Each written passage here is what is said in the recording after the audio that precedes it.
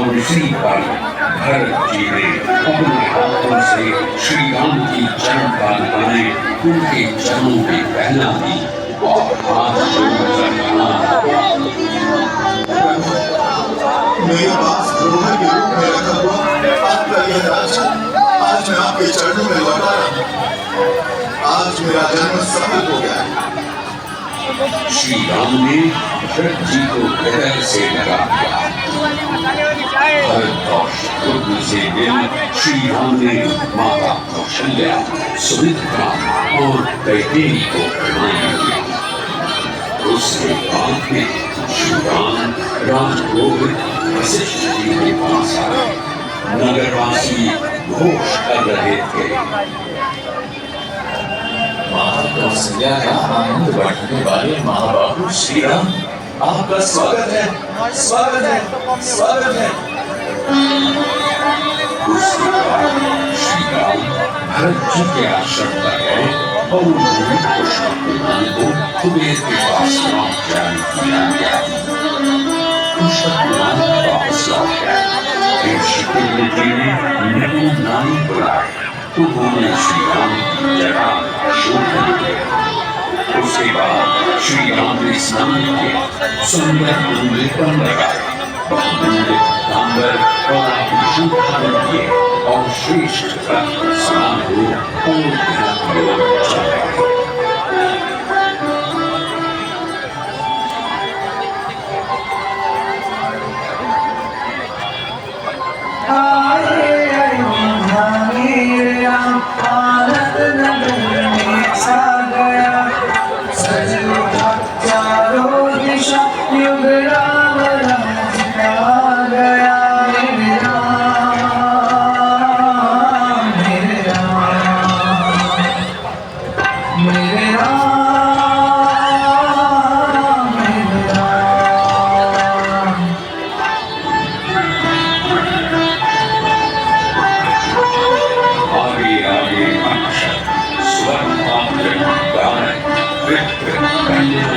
और हाथ में लिए नगरवासी चल रहे थे।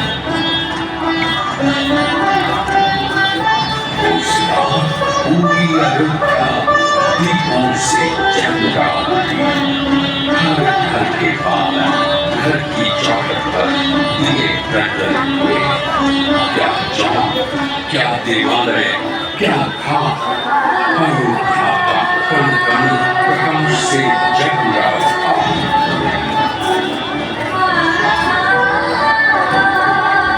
उस दिन नगरवासियों ने दीप डालकर दीप जलाया।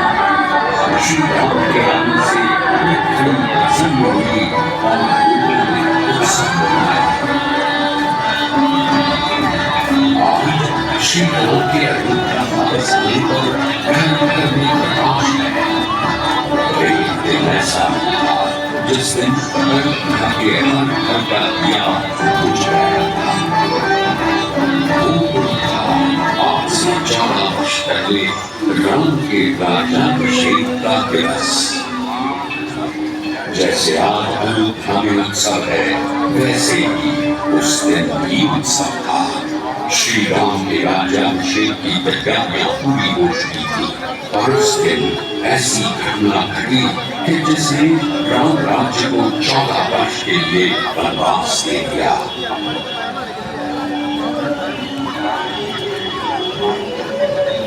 कैकेयी, मैं तुम्हें तुम्हारे हित की बात कहने आई हूँ।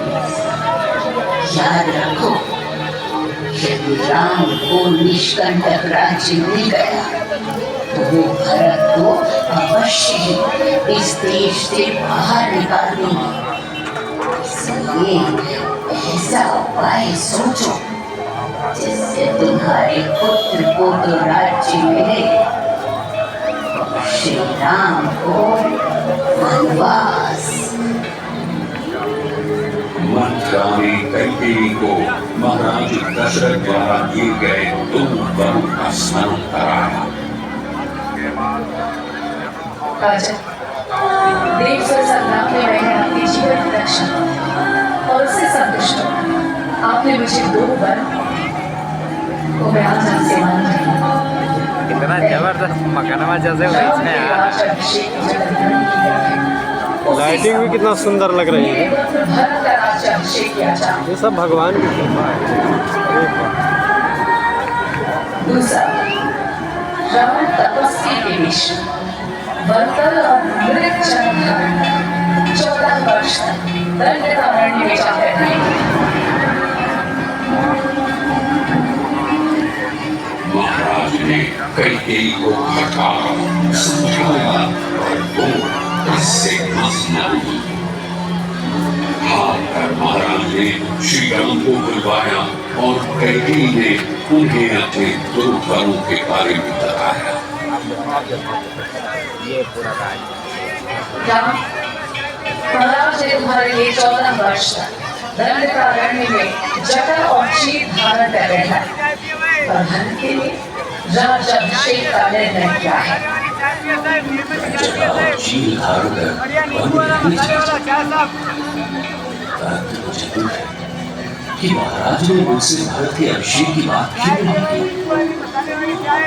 वैसे आपके कहने से भी अपने भाई भरत के लिए इस राज्य, सीता को, अपने प्राणों को और सारी संपत्ति को स्वयं ही छोड़ सकता। पिता की आज्ञा पालन से बढ़कर संसार में दूसरा कोई धर्म नहीं। ऐसे श्री राम के लिए भाई लक्ष्मण अपने पिता दशरथ और भाई भरत से द्रोह करने तक को तैयार हो जाते हैं। बड़े भाई, लोगों को आपके वनवास से पता चले, उससे पहले आप मेरी सहायता से अयोध्या पर अधिकार करें। यदि नगरवासी आपके विरोध में खड़े होंगे तो मैं अयोध्या को मनुष्यों से सुनी कर दूंगा। जो भरत का पक्ष लेगा मैं उसका वध कर दूंगा। लक्ष्मण, संसार में धर्म ही श्रेष्ठ है, धर्म में ही सत्य है। ये लोग सीरियल चल रहा है, इसी के शोध पे सारी डीजे भी चल रही है। ये जो लाइटें हैं वैसे चल रही है। बहुत सुंदर झूम रहा है।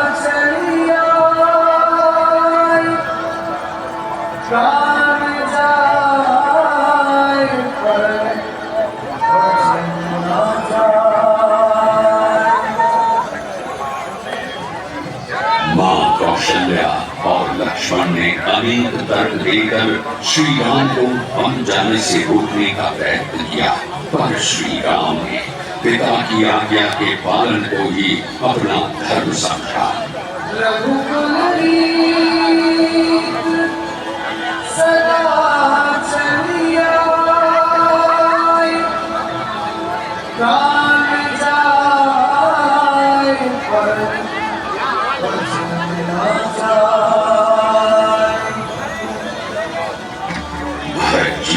चित्रकूट जाकर श्री राम से अयोध्या वापस लौटने और अपना राज्य वापस लेने की प्रार्थना करते हैं, पर श्री राम पिता की आज्ञा को सर्वोपरि बताते हैं। 14 वर्षों तक दंडकारण्य में रहने के बाद ही मैं पिता के दिए हुए राज्य भाग का उपभोग करूंगा।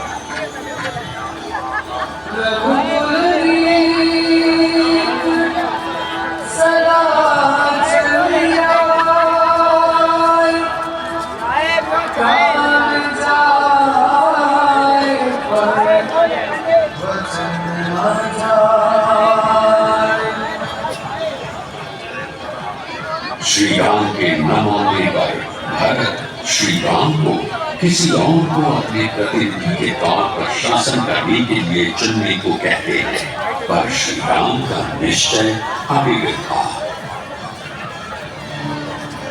चंद्रमा से उसकी प्रभा नहीं मिटा, हिमालय के त्याग कर समुद्र अपनी सीमा रख दे, पर मैं पिता की आज्ञा नहीं दे सकता। ये तो सोने से सजी 2 पादुकाएं आपके चरणों में रखा है। आप इस पर अपने चरण रखें, यही संसार का योग क्षेम देखें।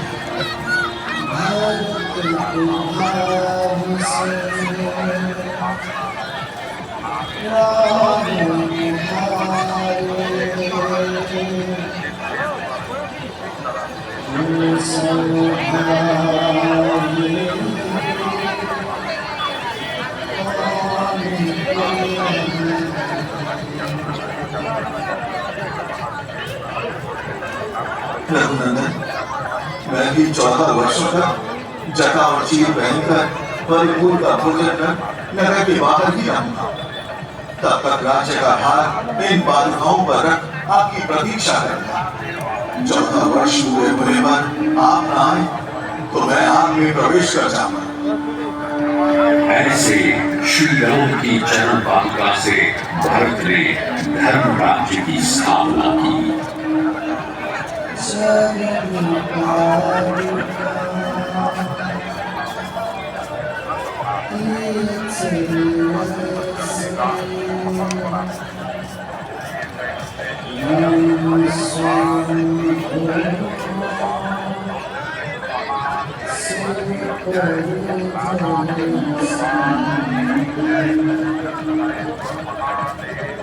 श्री राम जैसा पुत्र, श्री राम जैसा भाई, श्री राम जैसा पति और राम जैसा मित्र संसार में नहीं है। वे सभी को शरण देने वाले हैं, फिर चाहे वो शत्रु पक्ष से भी क्यों न हो। श्री राम ने विभीषण को शरण दी और विभीषण का समुद्र के जल से अभिषेक किया। रावण वध के बाद श्री राम ने रावण को भी सम्मान दिया। विभीषण वह मरने तक ही रहता है, मरने के बाद उसका अंत हो जाता है। इसलिए इस समय रावण जैसे तुम्हारा भाई है वैसा मेरा भी।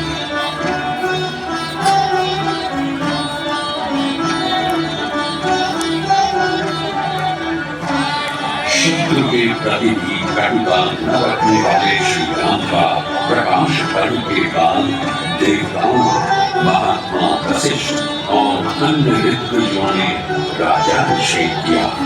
उस शत्रुघ्न ने सफेद रंग का चक्र पकड़ रखा था, तो विभीषण और सुग्रीव ने चंद्रमा के समान चमकीला चमक।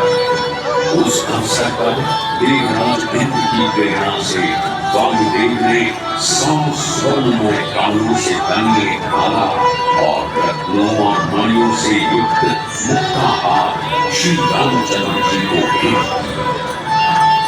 राम राज्य का उदय हुआ। ऐसे राम राज्य का महाकवि वाल्मीकि और गोस्वामी तुलसीदास ने वर्णन किया है। राम राज्य में धर्म और जगत कोई दुखी, दीन, गरीब नहीं, क्योंकि राम राज्य में अपराध नहीं। जीतो शब्द केवल मंत्र जीतने के लिए प्रयोग होता है, क्योंकि राम राज्य में स्पर्धा नहीं। राम के राज्य में विधान का विलाप नहीं सुनाई।